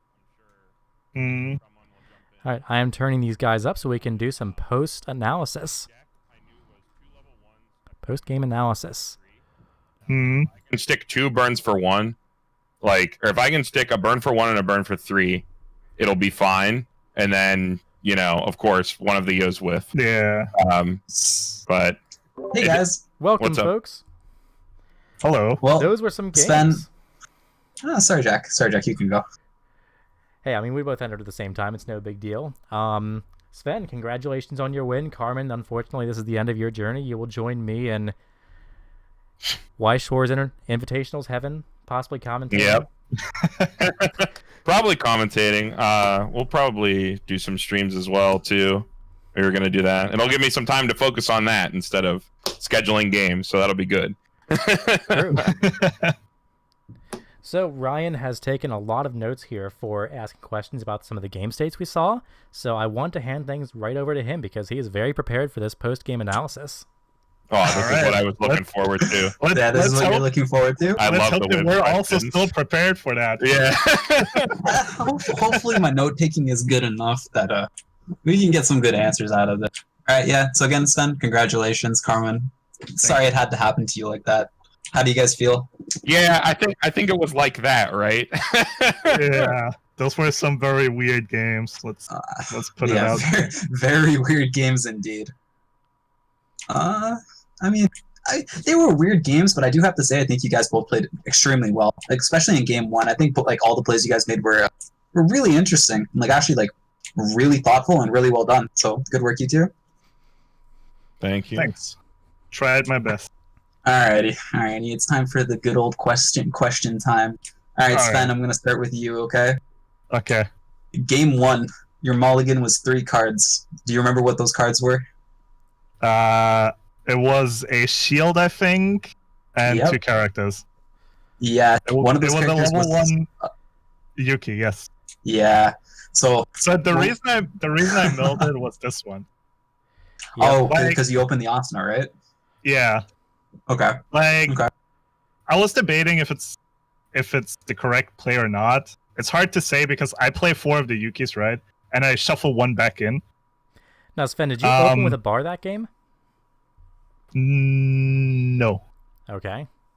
No, I- so you were mulling to I try to find the drew it bar, right? That and I just wanted to have 2 characters in my waiting room to get that extra okay. soul because I figured that in the long run I'll probably just die to burns, so I want to try to push as much early as I can. Yeah, it worked. Cameron did eat 4 that turn.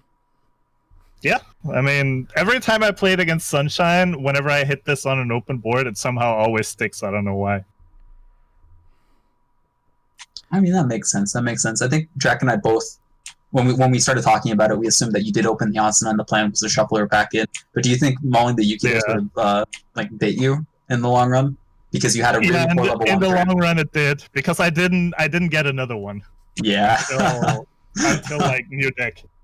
Yeah, that was sad to see you push up those Amagis on that turn, man.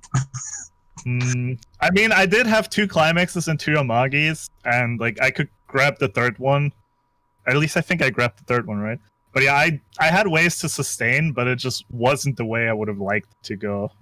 It's just how it goes sometimes.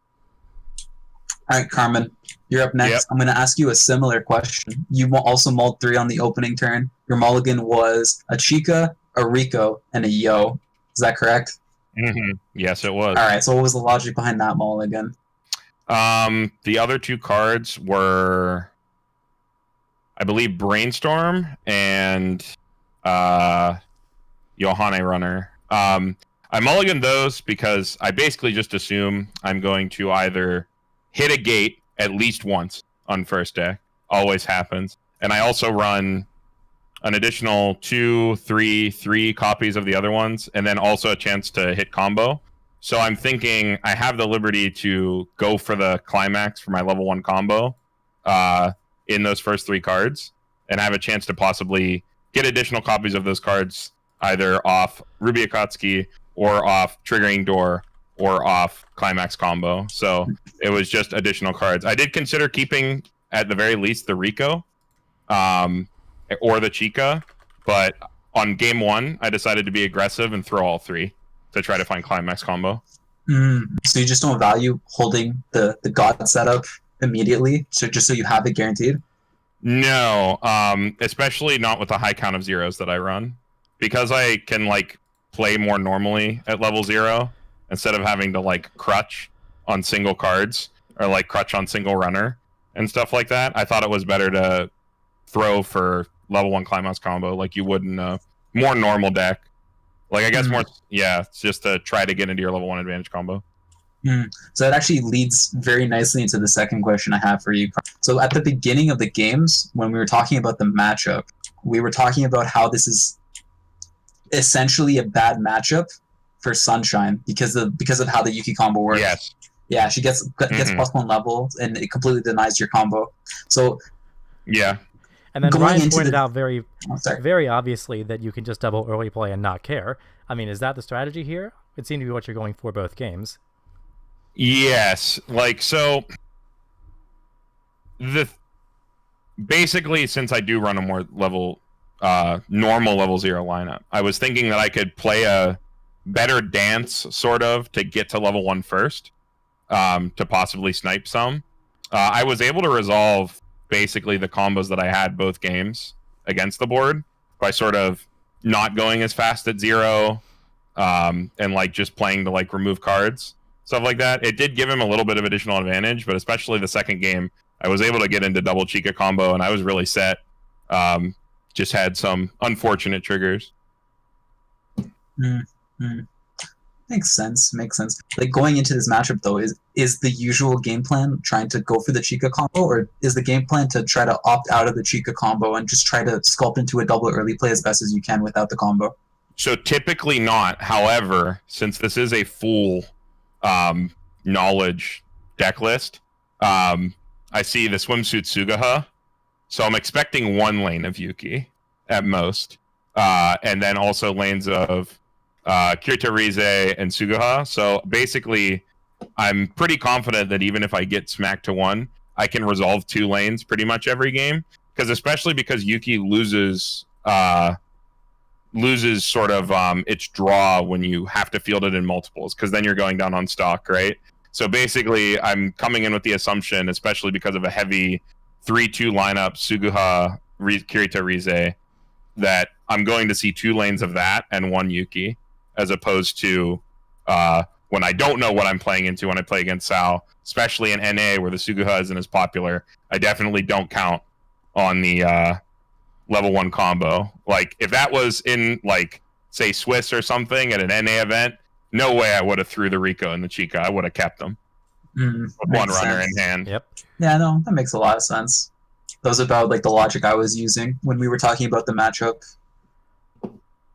Alrighty, next question, Sven. This is for you. So game two, you were at 1-5, or you clocked to 1-5. You have 9 cards in deck. 2 climaxes are in the deck.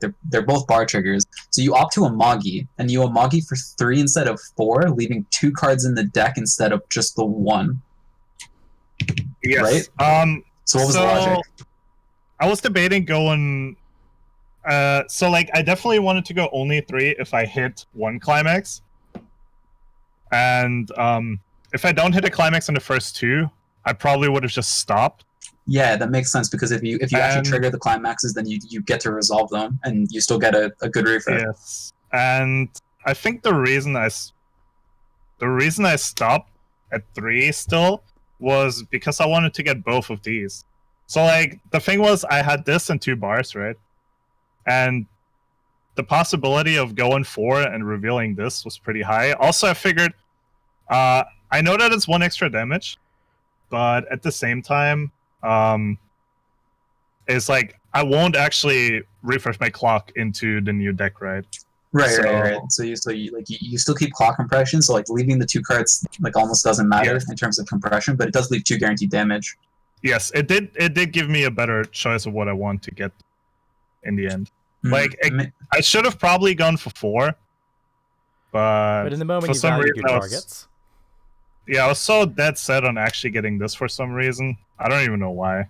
That's what we were that was discussing. actually We were that was wondering actually my what next the Machine of question. Ice is going to do for you in this matchup. What's your thought line? Sorry? The Machine of Ice, Sinon. What's going through your head about that card in this matchup? Well, the thing is, Yo is like 11-5, right? Right. And the only way for me to safely kill it is to actually play this out. But the problem is I never got a clock kicker in the end. It didn't really matter. I want to mix in a quick question from chat here, not to rain on your parade, Ryan, but let's see here. Cohen Cheng asks, Sven, why do you play the level 1 Sugaha? Who knows exactly why? Who's just trying to rub his own ego right now? You should just ignore him. I mean, I also run that. I've been running that card in SAO since I started playing the set too. I think that card's great. Okay, just for the stream's sake, do you just want to actually just outline it, or outline why? Yeah, to give Let's a pretend better. I'm not getting trolled here for a second. Yeah, to give a better understanding on it, I actually like to play a very board-heavy game, and if you leave that out, your board is basically just gonna die most of the times, depending on what you play against, right? But True. not everything, Yeah, but you're more likely to keep more board with the Suguha, and I usually try to play so that I keep my board. With the Kirito and Yuki, you are sitting at 4K at pretty much every lane on the return swing. And even with a Vice Commander Asuna and Amagi, it's like, that's not good enough for Aaron. That's not good enough for Goblin Slayer in a lot of cases. That's not good enough for a lot of things we're going to see in NA. The other big thing is that Suguha is costless, and SAO is always a deck that has had trouble fielding early plays in any capacity, especially because one of their best early plays is locked behind red, which is their most stock efficient early play, which these other builds can't sort of support. So because the Suguha is costless and helps you win board, it just plays right into that game plan of resolving more than one scene on most games. Yep. That makes sense. Hopefully the chat found that interesting. All right, Carmen, next question. You should know exactly what this question is. Oh no. You are 2-2. You clock the Rico. You have 4 cards in deck. You have 6 stock, I believe. 2 climaxes are buried there. The climaxes are in position 2 and 5. You opted to go for double early play. Yes. Okay. So before I ask the question, some of the possible lines of play that you could have done instead, you could have just done a single early play with the Rico in the back row, because we know you had that sculpted. You could have brainstormed to mill out, so you didn't decompress on the next deck, but that wouldn't have paid out the climaxes that were stuck in stock. So you opted for the third line of play, which I didn't even consider when I was trying to talk about that situation, which was the double early play to pay out all the climaxes. So let's hear your thoughts. Why did you go for that line of play in that situation? You probably saw me think for a really long time, and I don't know when you guys cut in to start asking questions. That was one of the first things Sven and I were talking about. That turn, as you know, I run a lot of zeros, more zeros than a normal Sunshine deck. When I went through and I was thinking, I was counting, I knew that there were 2 level 3s in stock, 2 in hand, 1 in level, and then I was going to play out 4 in board. I knew that there was 1 level 3 and 2 level 1s and a climax in my deck. So I was thinking, and I was running the napkin math, and there's a high % chance that I was wrong, but I was thinking that the compression with 1 out, if I did trigger it, where there is a 1 in 4 chance of me triggering it, that it's about the same, and I have a chance for both of my Yo burns to actually hit, and one of them for 3. So I was thinking, if I double early play here, and I fill the board, and especially looking at his stock, I wasn't thinking that I was going to get slammed particularly hard the following turn. So I was thinking that I could play out 2 Yos, get 2 burns, one of them for 1, especially on a more compressed deck, just pushing more damage to try to at least get some swings through, because he was going to be really compressed that following turn. So basically I was weighing the compression of paying out the 2 and then also versus the value of possibly getting 2 burns. Of course, the second Yo whiffed. I got 1 burn for 3. But that was my reasoning there, as I was going for just more yo burns while also paying out the 2. I'm not sure the exact statistics, but I mean, I can't tell you the exact statistics there either, man. yeah, that was just my line of play there. I was thinking that paying out both and going for 2 burns with basically a 75 and then a 66% chance to hit on successive swings, with there being a possibility of there being 1 climax as my last card in deck, was just a better line than trying to just like leave 1 climax in stock and then maybe brainstorm 1 out and then have 6 as opposed to 7, even though it would have been more cards going back in. Since it was like 6 cards versus 4 and having 1 over there, and that would have been 7. Because I remember I was thinking 6 versus 7 in and out. So, or no, it was actually 6 versus 6. It was actually the same. I'll have to go over and do the actual math on this, because now I'm yeah. But Math is hard, my dude.